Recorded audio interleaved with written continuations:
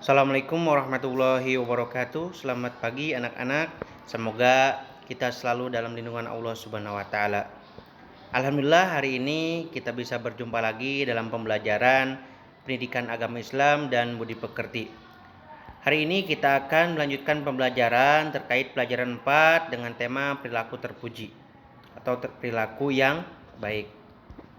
Sebelum kita melanjutkan materi hari ini, mari kita sama-sama mulai materi hari ini dengan membacakan Al-Basmalah. Bismillahirrahmanirrahim.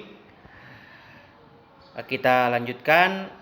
Kita sekarang membaca tilawah dulu sebelum ke pembahasan materi. Kita mulai. A'udzu billahi minasyaitonir rajim. Bismillahirrahmanirrahim. Sanuqri'uka fala tansa illa ma Allah innahu ya'lamul jahra wa ma yakhfa wa nuyassiruka lil yusra fadzakir in nafa'atiz dzikra sayazzakaru man yakhsha sadaqallahul azim. Alhamdulillah kita sudah membaca potongan surat Al-A'la. Kita lanjutkan ke materi hari ini, yaitu sikap mandiri. Ada yang tahu apa itu sikap mandiri? Ya, Abi yakin kalian sudah tahu semuanya apa itu sikap mandiri.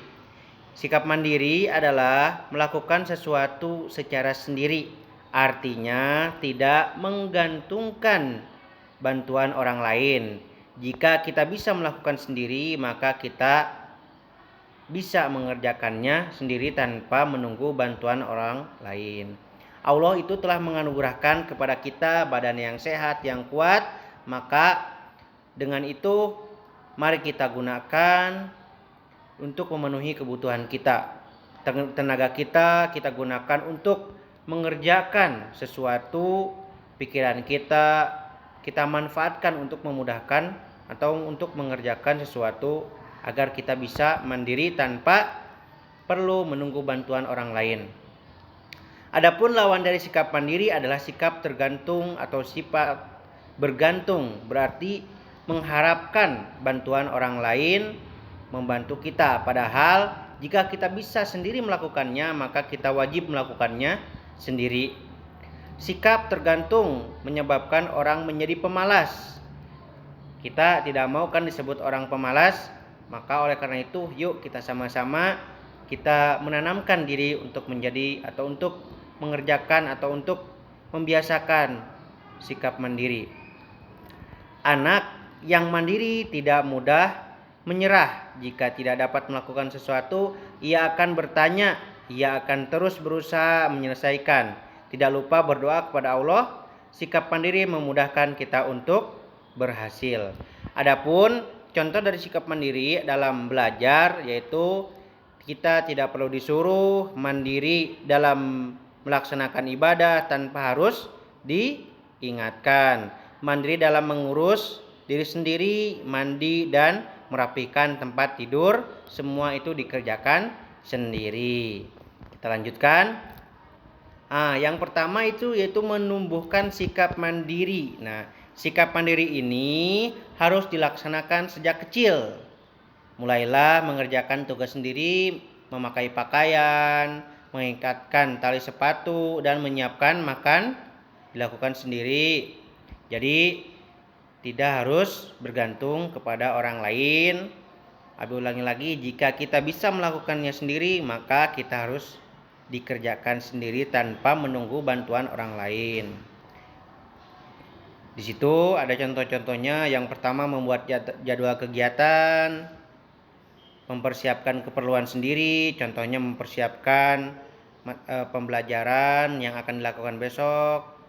Letakkan sesuatu pada tempatnya. Pakaian yang kotor harus ditaruh di tempatnya. Yang kedua, tanda-tanda orang mandiri. Yang pertama, rajin melaksanakan tugas dan mengerjakan kewajibannya, baik di rumah, baik tugas sekolah, tugas rumah, dan sebagainya. Yang kedua, tidak suka tergantung kepada orang lain. Semua dilakukan sendiri dengan penuh tanggung jawab. Yang ketiga, tidak suka menunda-nunda pekerjaan. Apabila pekerjaan itu bisa dilakukan sekarang, maka segera lakukannya lah. Jangan ditunda-tunda, karena kalau ditunda-tunda, satu akan menjadi malas, yang kedua akan menjadi lupa dan kita enggan mengerjakannya. Yang keempat, pandai mengatur waktu. Waktu harus digunakan sebaik-baiknya, karena waktu itu tidak bisa diulang. Kita lanjutkan.